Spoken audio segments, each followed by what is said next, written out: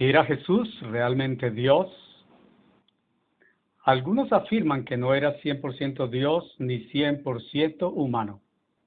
Este no es un asunto novedoso. Históricamente ha habido demasiada controversia por parte de clérigos, científicos, académicos, evolucionistas y estudiosos sobre este asunto. Ciertos teólogos y autoridades religiosas han escrito volúmenes sobre este controvertido tema para concluir que Jesús no era 100% divino ni 100% humano, sentenciando finalmente que si alguien no estuviera de acuerdo con esto, es porque no ha entendido la Biblia. Decir que Jesucristo no era 100% humano ni 100% Dios deja flotando la mente sin lugar o tiempo de posicionarse en algún punto definido de coherencia racional, puesto que no tenemos al Dios creador manifestándose de manera directa y perceptible a nuestros sentidos humanos o a través de algún mensaje evangelical de una manera corpórea y visible y con voz audible para revelarnos con su voz apacible la verdad.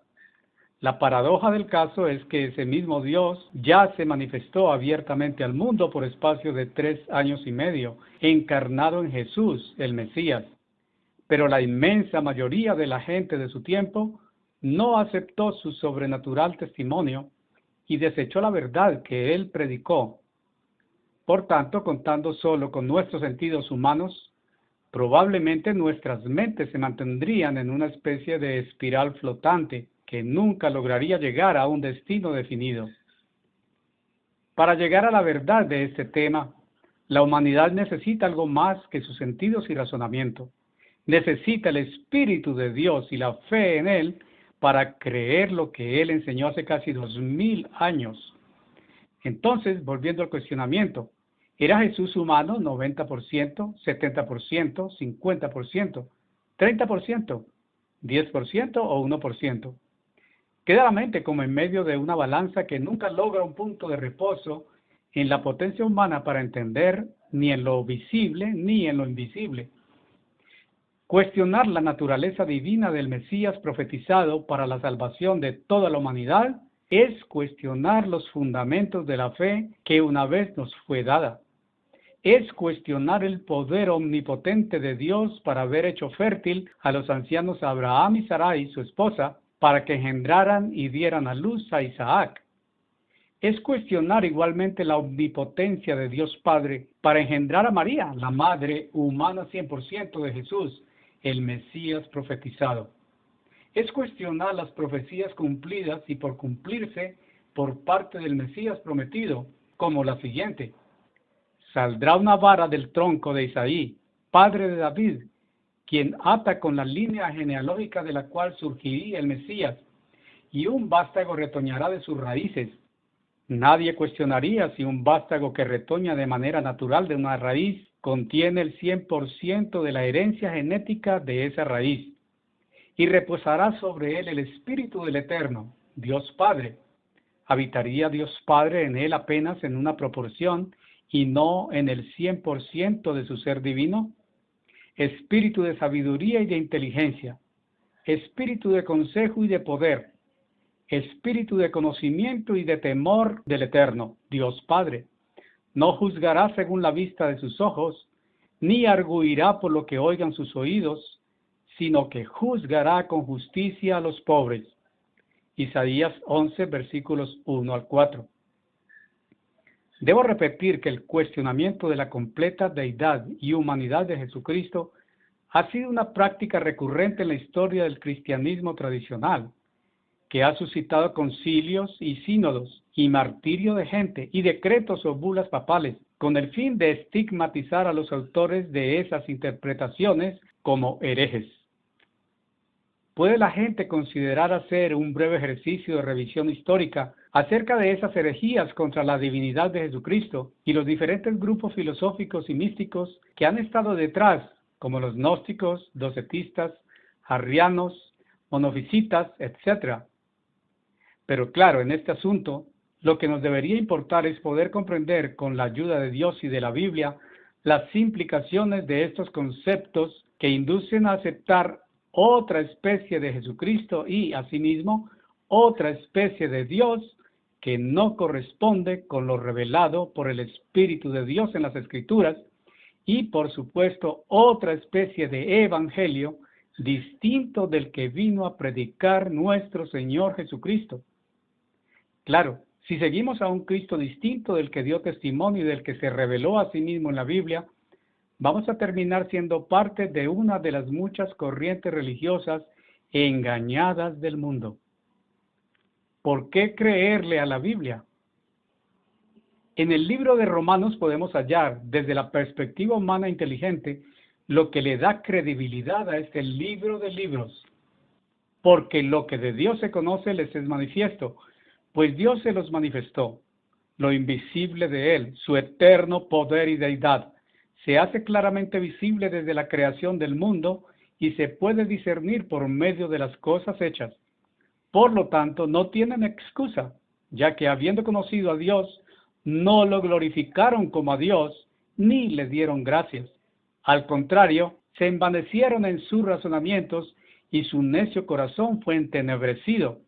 Pretendiendo ser sabios, se hicieron necios y cambiaron la gloria de Dios incorruptible por imágenes de hombres corruptibles, de aves, de cuadrúpedos y de reptiles. Versículos 19 al 23. Con la Biblia como fundamento de la verdad, intentemos resolver la cuestión de la divinidad de Jesús. Si el Jesús Christus, el Mesías, el ungido de Dios profetizado para ser el Salvador de cada individuo humano y de toda la humanidad, fue designado y enviado por Dios el Padre a la tierra para convertirse en el sustituto de cada ser humano condenado a muerte por causa del pecado, entonces, ¿cómo podría cumplir a cabalidad con ese papel si no era 100% un ser humano? Ezequiel 18:20 dice, el alma que pecare morirá. Aquí no está en duda de si esa alma está completa o es menor en un ser a un 100%. Por otro lado, si un alma viviente, cualquier ser humano o animal, del hebreo nefesh, no fuera 100% según su especie, significa que es un ser defectuoso o imperfecto, o de menor cualidad, incompleto, parcial o totalmente carente de potencia o de alguno de sus miembros en su especie. Y se entiende que no sería 100%, porque no refleja o no posee la misma estructura, forma o rasgos característicos de su especie conocida. Puesto que en la antigüedad Israel, en los ritos sacrificiales que efectuaban siguiendo las instrucciones de la Torá o la ley de Moisés, nunca podían ofrecer un animal que no fuera perfecto, completo en todas sus partes, sin mutaciones, carencias o enfermedades. Y hemos aprendido que cada animal completo y perfecto que se sacrificaba representaba por anticipado el sacrificio vivo, completo y perfecto que Jesucristo vendría a ofrecer como sustituto de cada ser humano pecador y condenado a muerte, porque todos pecamos y merecemos la muerte. ¿Cómo pueden estos eruditos en teología declarar que Jesucristo no era 100% humano? Porque entonces, si no era completo y perfecto según su especie humana, y por supuesto, si Jesucristo mismo predicaba que había venido del cielo como el Hijo de Dios, esto jamás sería un sacrificio aceptable delante de Dios Padre, según muchas escrituras. Debo decir con propósito de reflexión, el gran problema nunca resuelto hasta ahora por parte de la humanidad es no poder entender la esencia y perspectiva de Dios en los términos mismos de su naturaleza absoluta, porque los seres humanos sabemos que el hombre es de mentalidad carnal, egoísta, hedonista, materialista, lujurioso, y no es espiritual. No puede por sí mismo llegar a la medida comprensiva de la naturaleza absoluta de la verdad de Dios, que solo puede ser entendida desde la dimensión espiritual y potencia que es solo propia de Dios Creador. Los filósofos han expuesto al menos la idea de lo absoluto, afirmando que esencialmente se trata de lo que no está condicionado o limitado, que la filosofía idealista designa como un sujeto eterno, infinito, incondicionado, perfecto, invariable, el cual es suficiente en sí mismo, no depende de ninguna otra cosa, contiene de por sí todo lo existente y lo crea. Para la religión, lo absoluto es Dios. Con mucha razón, un filósofo afirmó, parafraseando: el hombre en toda su historia ha buscado infructuosamente la comprensión o verdad del absoluto, y alguna vez vino el absoluto y lo matamos. Por lo tanto, la visión de la humanidad siempre sería limitada, y desde la limitación su perspectiva será siempre imperfecta o relativa, nunca absoluta. Por esa razón, parecería lógico entonces afirmar que Jesucristo no era 100% Dios ni 100% humano. ¿Qué queda entonces en esa mente humana ilimitada? Una imagen increíblemente confusa de la verdad sobre Jesucristo. Sin embargo, tenemos que dar gracias a Dios porque solo sujetos a la fe misma de Jesucristo y a las muchas advertencias y promesas y omnipotencia de Dios manifiestas en las Escrituras, y aún manifiestas como testimonio en los cambios para bien que hemos logrado hacer en nuestras vidas como hijos de Dios, podemos con temor reverente probar, adquirir y preservar la verdad de Dios desde su misma perspectiva, por el Espíritu de Dios con el que fuimos engendrados, y estudiando las Escrituras, y orando y meditando en ellas, y poniéndolas por obra. ¿Cómo descubrir y entender la naturaleza de Jesucristo, 100% divina y 100% humana? Veamos algunas revelaciones bíblicas sobre Jesucristo como el Hijo del Hombre y como el Hijo de Dios. El pueblo que andaba en tinieblas vio una gran luz. Los que moraban en tierra de sombra de muerte, luz resplandeció sobre ellos. Jesucristo, la luz del mundo. Porque un niño nos es nacido, menos del 100% humano. Hijo nos es dado, y el principado sobre su hombro, y se llamará su nombre admirable, consejero, Dios fuerte, menos del 100% divino. Padre eterno, príncipe de paz, lo dilatado de su imperio y la paz no tendrán límites sobre el trono de David, su reino. Isaías 9, versículos 6 al 7. Llegado el tiempo del cumplimiento de esa profecía, leamos en el libro de Juan: estando desposada María, su madre, con José, antes que se juntasen, se halló que había concebido del Espíritu Santo. Un ángel del Señor le apareció en sueños y le dijo: José, hijo de David, no temas recibir a María tu mujer, porque lo que en ella es engendrado del Espíritu Santo es. Y dará a luz un hijo, incompleto, defectuoso, y llamarás su nombre Jesús, porque él salvará a su pueblo de sus pecados. Todo esto aconteció para que se cumpliese lo dicho por el Señor por medio del profeta, cuando dijo: he aquí, una virgen concebirá y dará a luz un hijo, y llamará su nombre Emmanuel, que traducido es Dios con nosotros. Nadie aquí cuestionaría si Dios con nosotros significa un Dios incompleto o imperfecto. Mateo 1 del 18 al 23. En Mateo 3, versículos 16 al 17, encontramos la narración del bautismo de Jesús y una significativa declaración de lo alto. Y hubo una voz de los cielos que decía: este es mi Hijo amado, en quien tengo complacencia.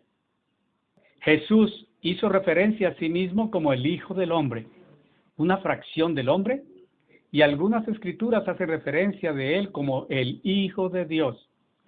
Las zorras tienen guaridas y las aves del cielo nidos, mas el Hijo del Hombre no tiene dónde recostar su cabeza. ¿No era completamente humano? Mateo 8, versículo 20. Para que sepáis que el Hijo del Hombre tiene potestad en la tierra para perdonar pecados. Mateo 9, 6. ¿Quién de los hombres en quien no habite Dios en toda su naturaleza completa tiene esa potestad de perdonar pecados? ¿Puede hacerlo alguien menos que Dios o menor en poder que Satanás, el autor de pecado y archienemigo de Dios? ¿Quién dicen los hombres que es el Hijo del Hombre? Ellos dijeron: unos Juan el Bautista, otros Elías, otros Jeremías o alguno de los profetas. evidencian que veían en Jesús a un ser humano común y corriente, no a alguien menos que un ser humano. Él les dijo: ¿Y vosotros quién decís que soy yo? Respondiendo Pedro dijo: Tú eres el Cristo, el Hijo del Dios viviente. Entonces respondió Jesús: Bienaventurado eres, Simón, hijo de Jonás, porque no te lo reveló carne ni sangre, sino mi Padre que está en los cielos. Mateo 16, versículos 13 al 17. Jesús deja manifiesto que a un ser humano común le era imposible ver la plenitud de Dios en él para reconocerlo como el Hijo del Dios viviente. Se requería la manifestación de Dios el Padre. Durante la gran batalla titánica de Jesús contra Satanás el diablo, y después de haber ayunado 40 días y 40 noches, demostrando con este acto lo vitalmente imperioso que le era lograr absoluta comunión con Dios el Padre y su omnipotente presencia al 100% en la muy frágil humanidad de él, y después de haber sido tentado por Satanás varias veces, Jesús le dijo: escrito está también, no tentarás al Señor tu Dios. Mateo 4, versículo 7. Y finalmente lo encaró con toda autoridad que solo Dios al 100% podía contra un ser diabólico que poseía un poder apenas un poco menor que el del mismo Dios Padre. Y le dijo: vete, Satanás, porque escrito está: al Señor tu Dios adorarás, y a Él solo servirás. El diablo entonces le dejó. ¿Por qué uno de los seres más poderosos del mundo espiritual, después de Dios mismo, obedeció la voz de aquella muy frágil figura humana de Jesús? Y he aquí vinieron ángeles y le servían. Mateo 4, versículos 7 al 11. Observemos que vinieron ángeles y le servían. ¿A un Jesús no 100% humano? ¿O a un Jesús no 100% Dios? En el libro de Hebreos podemos descubrir la revelación de la plenitud de la humana y divina naturaleza de Jesús.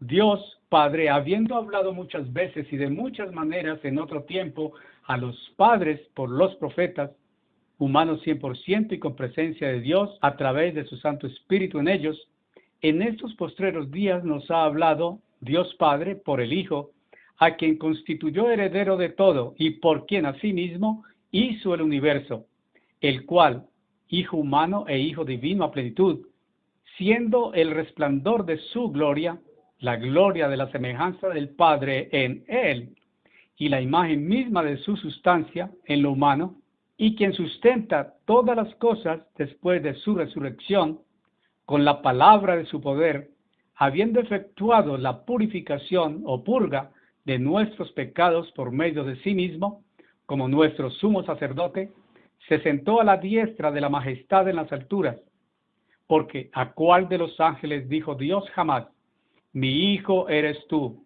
yo te he engendrado hoy? Lo engendró en un 50%. Y otra vez, yo seré a él padre, y él será mi hijo. Y otra vez, cuando introduce al primogénito en el mundo, dice: adórenle todos los ángeles de Dios. ¿Se refiere a un Jesús a una escala inferior al 100% divino y humano? Hebreos 1, versículos 1 al 6. Otra escritura que demuestra lo completamente humana que era la naturaleza de Jesús está en el libro de Hechos, capítulo 3. Porque Moisés dijo a los padres: el Señor nuestro Dios os levantará profeta de entre vuestros hermanos. Se refiere a un descendiente físico de la tribu de Judá que corresponde a la línea genealógica de Jesús. Sería absurdo preguntar aquí si ese descendiente iba a ser 100% humano. Y toda alma que no oiga a aquel profeta será desarraigada del pueblo. Vosotros sois los hijos de los profetas, y Jesús era un hijo de esos, y nadie preguntaría si este hijo de los profetas poseería la carga genética de su madre al 100%, y del pacto que Dios hizo con nuestros padres, diciendo a Abraham: en tu simiente, el Mesías, serán benditas todas las familias de la tierra. Estas últimas palabras no pueden aplicarse a un extraño ser divino que habitaba en Jesús, inferior en deidad a aquel que se revela en las Escrituras como el omnipotente Dios, el Padre del Mesías. versículos 22 al 25. Ahora revisemos lo que bíblicamente se revela desde el principio y antes que algo existiera acerca de Jesús encarnado. En el principio era el Verbo, y el Verbo era con Dios, y el Verbo era Dios. En él estaba la vida, y la vida era la luz de los hombres. Aquella luz verdadera que alumbra a todo hombre venía a este mundo.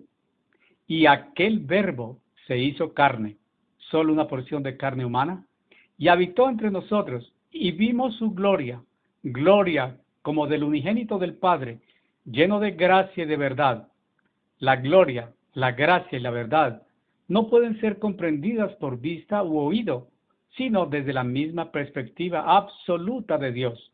Podríamos afirmar con certeza que estos tres divinos atributos se manifestaron en Jesús solamente en una proporción. Si aceptamos y creemos por la fe de Jesucristo que Dios el Padre, como ya cité, engendró a Jesús en María para luego llamarlo Emmanuel, Dios con nosotros, o Dios el Padre morando en Jesús y dirigiendo su vida y luego confirmarlo en Mateo 17:5, este es mi Hijo amado en quien tengo complacencia, a él oíd, lo cual confirma que este Jesús era aquel profeta que Dios había prometido levantar de entre vuestros hermanos, Hechos 3:22. ¿Por qué minimizar la omnipotencia de Dios tan ampliamente demostrada y registrada en la Biblia como testimonio, afirmando extrañamente que, para el caso centralmente importante del ministerio de Jesucristo, su divinidad no se manifiesta a plenitud según su propia naturaleza divina y eterna?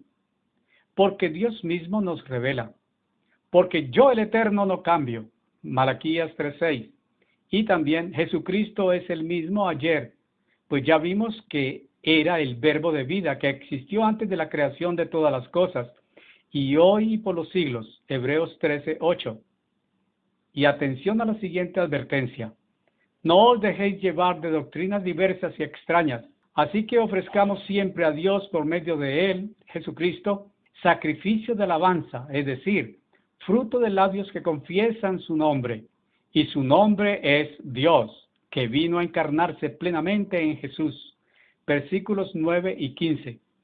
Y en Lucas 1, versículos 31 a 35, y ahora concebirás en tu vientre y darás a luz un hijo, y llamarás su nombre Jesús, y éste será grande, y será llamado Hijo del Altísimo, Dios Padre.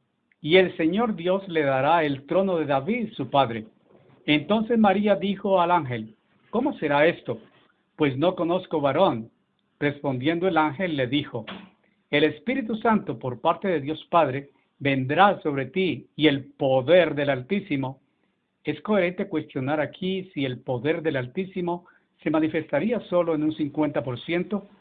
Te cubrirá con su sombra, por lo cual también el santo ser que nacerá será llamado Hijo de Dios. Cuestionar la humanidad y divinidad de Jesús es cuestionar también el poder del Altísimo en cada uno de los incontables milagros que quedaron registrados como testimonio para toda la humanidad y que nos inspiran a fortalecer la fe de Cristo para afirmar, como lo hace el mismo capítulo 1 de Lucas, porque nada hay imposible para Dios, versículo 37. Cuestionar que Jesucristo era Dios y era humano en términos absolutos es pasar por alto las siguientes revelaciones y advertencias que nos hace el apóstol Juan, el discípulo amado. Porque como el Padre tiene vida eterna en sí mismo, así también ha dado al Hijo el tener vida en sí mismo, y también le dio autoridad de hacer juicio, por cuanto es el Hijo del Hombre. De cierto os digo, no puede el Hijo hacer nada por sí mismo, sino lo que ve hacer al Padre. Porque todo lo que el Padre hace, los eruditos que cuestionan la divinidad de Jesús, reducen la divinidad de Jesucristo, y al reducirla, están reduciendo, si es que se pudiera, la divinidad de Dios el Padre. Pero aquí él dice, todo lo que el Padre hace, también lo hace el Hijo igualmente. No puedo yo hacer nada por mí mismo, según oigo, así juzgo. Y mi juicio es justo, porque no busco mi voluntad, sino la voluntad del que me envió, la del Padre. Juan 5, versículos 19 y 30. Además, el mismo apóstol Juan trata de transmitirnos entrañablemente su importante testimonio personal que vivió y compartió con el Verbo de vida, Jesús. Lo que era desde el principio, lo que hemos oído, lo que hemos visto con nuestros ojos, lo que hemos contemplado y palparon nuestras manos tocante al Verbo de vida, porque la vida en un 50%, fue manifestada y la hemos visto y testificamos y os anunciamos la vida eterna, la cual estaba con el Padre y se nos manifestó. Lo que hemos visto y oído, eso os anunciamos, para que también vosotros tengáis comunión con nosotros.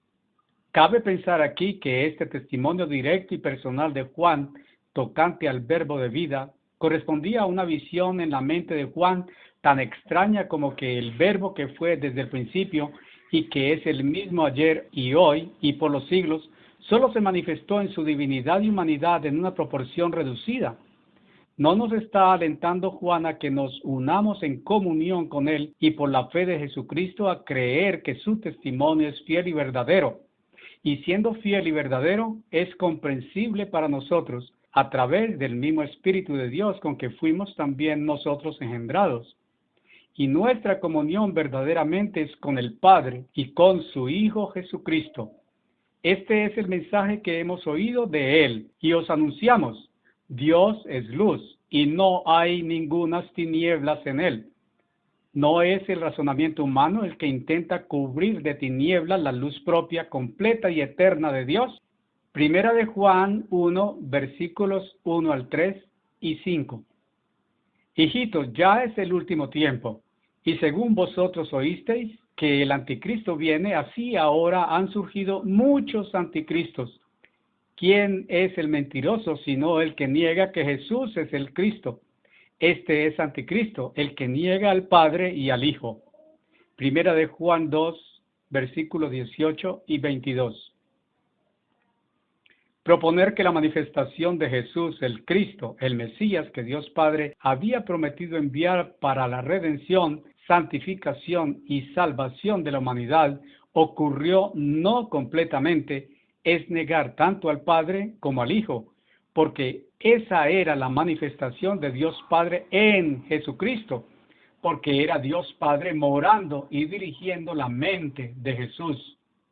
Siguiendo con el testimonio de Juan, nos advierte: amados, no creáis a todo espíritu, sino probad los espíritus si son de Dios, porque muchos falsos profetas han salido por el mundo. En esto conoced el Espíritu de Dios. Todo espíritu que confiesa que Jesucristo ha venido en carne al 100% es de Dios. Y todo espíritu que no confiesa que Jesucristo ha venido en carne no es de Dios. Y este es el espíritu del anticristo, el cual vosotros habéis oído que viene y que ahora está en el mundo. Primera de Juan 4, versículos 1 al 4. Veamos ahora cómo en Jesús quedaron manifiestos dos elementos propios de cualquier ser humano: carne y sangre.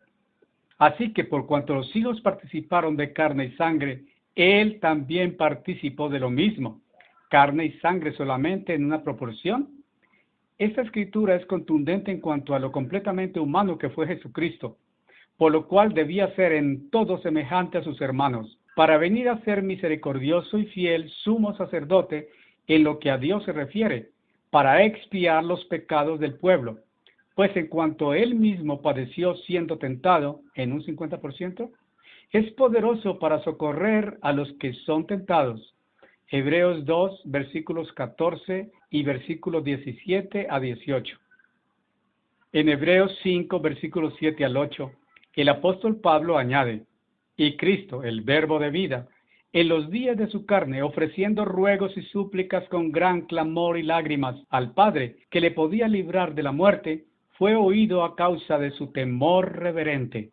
Y aunque era hijo de Dios Padre, por lo que padeció, aprendió obediencia. Finalmente, revisemos un testimonio no de hombres ni del mundo material, sino del mundo de los espíritus, que son para nosotros invisibles. Cuando llegó Jesús a la otra orilla, vinieron a su encuentro 2 endemoniados que salían de los sepulcros, feroces en gran manera, y clamaron diciendo: ¿Qué tienes con nosotros, Jesús, Hijo de Dios? ¿Has venido acá para atormentarnos antes de tiempo? Mateo 8, versículos 28 a 29.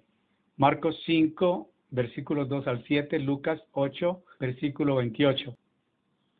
Lo que muchos falsos profetas que se manifestarían especialmente en este tiempo del fin pasan por alto o nunca han podido captar o lo ignoran hipócritamente es la arrolladora presencia activa de Dios el Padre en todo el proceso de salvación desde el principio y desde el diseño mismo de su grandioso plan maestro, pasando por el curso de todos los grandes y pequeños cumplimientos proféticos e históricos a lo largo de todo lo que sus hijos elegidos hemos visto hasta hoy para testimonio, y llegando hasta la culminación de este sistema malvado de Satanás el diablo, y la restauración de todas las cosas, y los nuevos cielos y la nueva tierra, y aún más hasta que esos cielos y tierra nuevos hayan pasado y seamos partícipes de la gran familia Dios, destellando por todo el universo.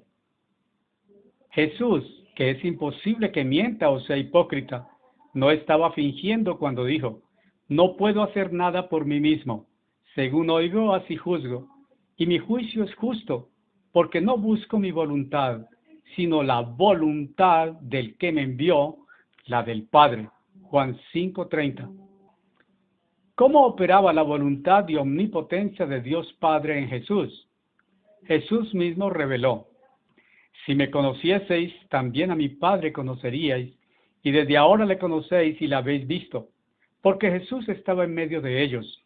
Felipe le dijo: Señor, muéstranos al Padre y nos basta. Jesús le dijo: tanto tiempo hace que estoy con vosotros y no me has conocido, Felipe. ¿No creéis que yo soy en el Padre y el Padre en mí? Las palabras que yo os hablo no las hablo por mi propia cuenta, sino que el Padre que mora en mí, Él hace las obras. Creedme que yo soy.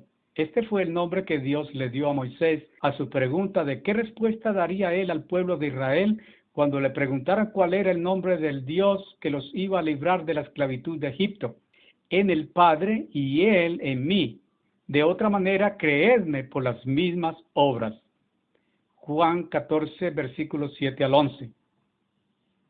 Ese es el gran misterio del amor y poder de Dios el Padre, manifestándose plenamente en y a través de Jesús hecho carne, gracias a la completa sumisión reverente de Jesucristo en perfecta comunión o unidad con su Padre Dios omnipotente. Hay diversas escrituras del Antiguo Testamento y del Nuevo Testamento que hacen referencia a Jesucristo como Hijo del Hombre y como Hijo de Dios, que quizás son piedra de tropiezo de los que hacen afirmaciones como la que siguen haciendo los ateos y ciertos intelectuales en el mundo. Veamos en el libro de Hebreos, que cita el Antiguo Testamento, lo siguiente: pero alguien testificó en cierto lugar diciendo: ¿qué es el hombre para que te acuerdes de él? O el Hijo del Hombre para que le visites.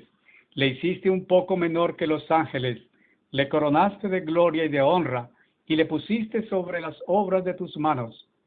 Todo lo sujetaste bajo sus pies, porque en cuanto le sujetó todas las cosas, nada dejó que no sea sujeto a él. Pero todavía no vemos que todas las cosas le sean sujetas.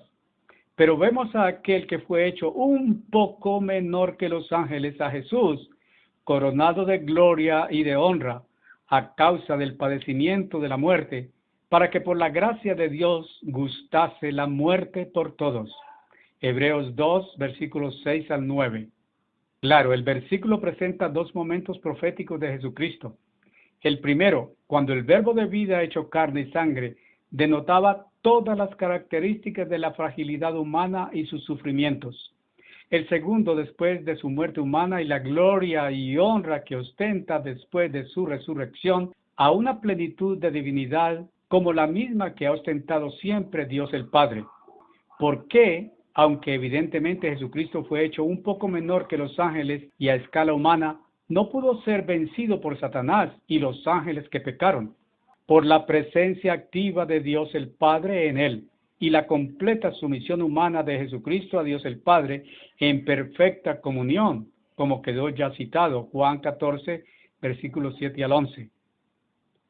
Y para concluir, comprendamos que este mismo misterio de lo humano y lo divino de Jesucristo, que fue enviado a anunciar al mundo el evangelio del reino de Dios y a dar su vida en sacrificio vivo para la remisión de los pecados y la salvación de la humanidad, ha sido revelado igualmente para cumplirse en todos y cada uno de nosotros, los hijos de Dios, que fuimos rescatados del mundo por Jesucristo para la gloria de ese mismo reino de Dios, que muy pronto va a establecerse en la tierra.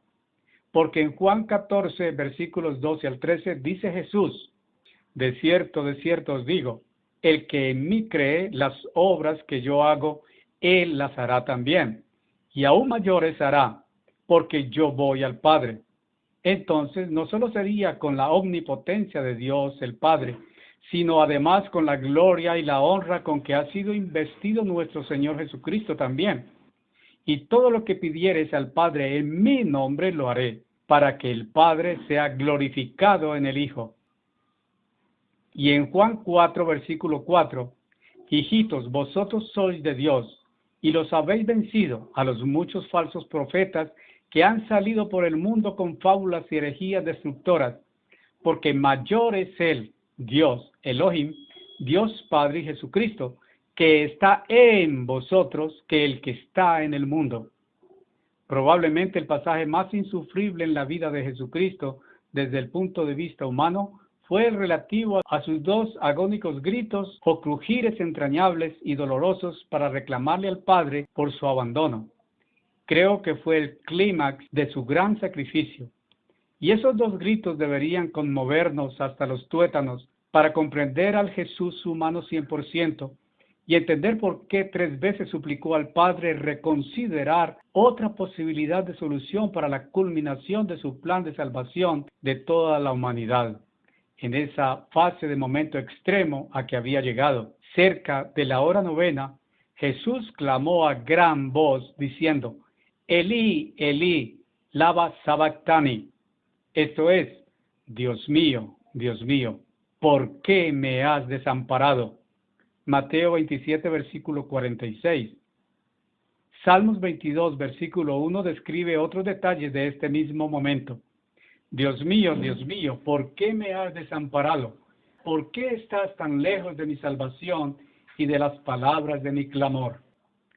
Es un momento extremo para un ser humano perfecto como Jesús, porque experimentó la maldición aludida en Gálatas 3, versículo 13, que dice que Cristo nos redimió de la maldición de la ley, hecho por nosotros maldición, porque está escrito: maldito todo el que es colgado en un madero.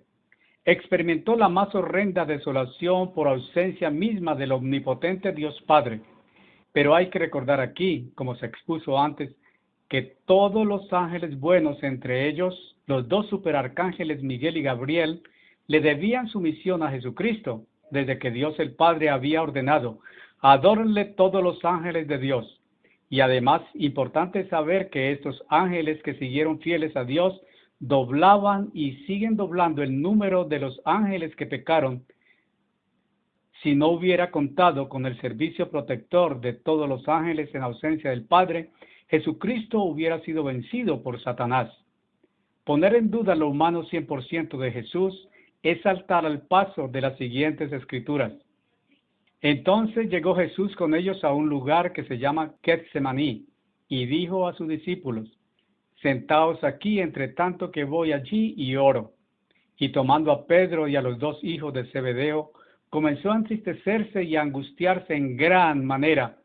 Entonces Jesús les dijo: mi alma está muy triste hasta la muerte. Quedaos aquí y velad conmigo. Yendo un poco adelante, se postró sobre su rostro, orando y diciendo: Padre mío, si es posible, pase de mí esta copa, pero no sea como yo quiero, sino como tú. Otra vez fue y oró por segunda vez diciendo: Padre mío, si no puede pasar de mí esta copa sin que yo la beba, hágase tu voluntad. Se fue de nuevo y oró por tercera vez, diciendo las mismas palabras. Mateo 26, versículos 36 a 39, versículos 42 y 44.